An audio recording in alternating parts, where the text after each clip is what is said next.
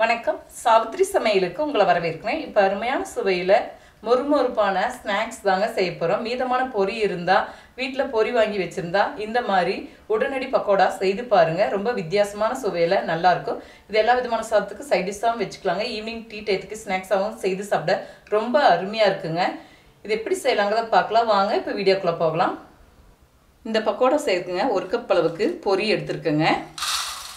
இது கூட கடலை பொட்டுக்கடலை வேர்க்கடலை சேர்த்துருந்தாலும் சேர்த்துக்கலாங்க. இல்லை கொஞ்சமாக பொட்டுக்கடலை சேர்த்துருக்கேன்.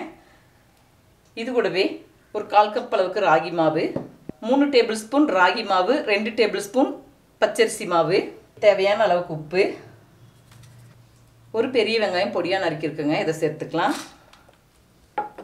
இது கூடவே 4-5 பூண்டு பல் 1-2 இடித்து வச்சுருக்கேங்க. சிறிதளவு கருவேப்பிலை,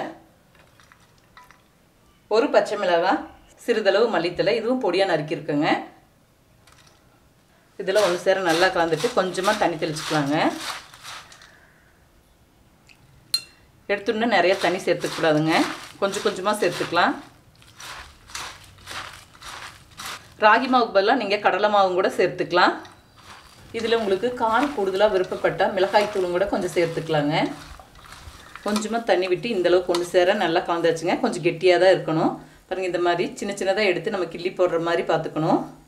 பக்கோடாவுக்கு எந்த அளவுக்கு மாவு பிசையுமோ அதே மாதிரி இந்த பொரி ராகி மாவு அரிசி மாவு சேர்த்து இந்தளவுக்கு நம்ம கொஞ்சம் கிள்ளி போடுற மாதிரி ஒன்று சேர கலந்துக்கணும். பாருங்கள் இப்போ எல்லாத்தையும் ஒன்று சேர நல்லா கலந்தாச்சு. டேஸ்ட்டு பார்த்துட்டு உப்பு பத்தலைன்னா கொஞ்சம் பொடி உப்பு கலந்துக்கலாம். இப்போ எண்ணெய் காய வச்சுருக்குங்க. எண்ணெய் காஞ்சினா சின்ன சின்னதாக கிள்ளி போட்டுக்கலாம்.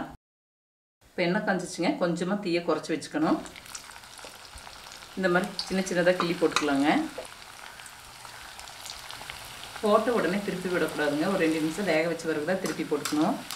நல்லா வெந்துருச்சுங்க. திருப்பி விட்டுக்கலாம். இப்படி கொஞ்சம் நல்லா மொறுமொறுப்பாக வெந்து வந்த பிறகு எடுத்துக்கலாம்.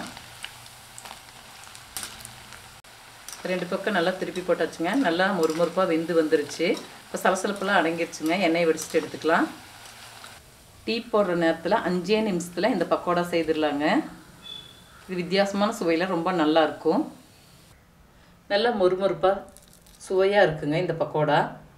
இப்போ அருமையான சுவையில் மொறுமொறுப்பான பொரி வச்சு உடனடி பக்கோடா செய்துட்டேங்க.